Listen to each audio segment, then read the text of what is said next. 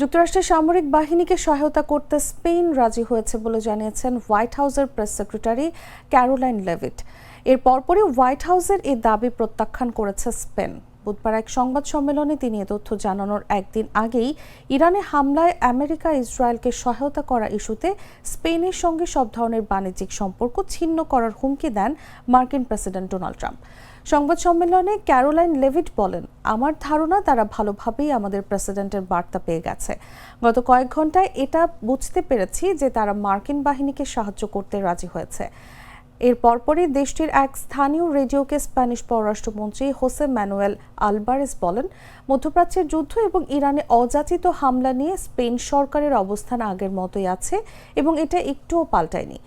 দক্ষিণ স্পেনে যৌথভাবে পরিচালিত বিমান ও নৌঘাঁটি ব্যবহারে যুক্তরাষ্ট্রকে বাধা দেওয়ার পর ট্রাম্প স্পেনের সঙ্গে সব ধরনের বাণিজ্য বন্ধের হুমকি দিয়েছিলেন। ইরানে আমেরিকা ও ইসরায়েলের হামলাকে স্পেনের আগে বেআইনি ও বেপরোয়া বলে নিন্দা জানায়। এর আগে এদিনই স্পেনের উপপ্রধানমন্ত্রী মারিয়া জেসুস মন্টেরো ট্রাম্পের হুমকির পরিপ্রেক্ষিতে বলেছিলেন, আমরা নিশ্চিতভাবে কারো দাস হব না, কোনো হুমকি বরদাস্ত করব না এবং নিজেদের মূল্যবোধের রক্ষা করব।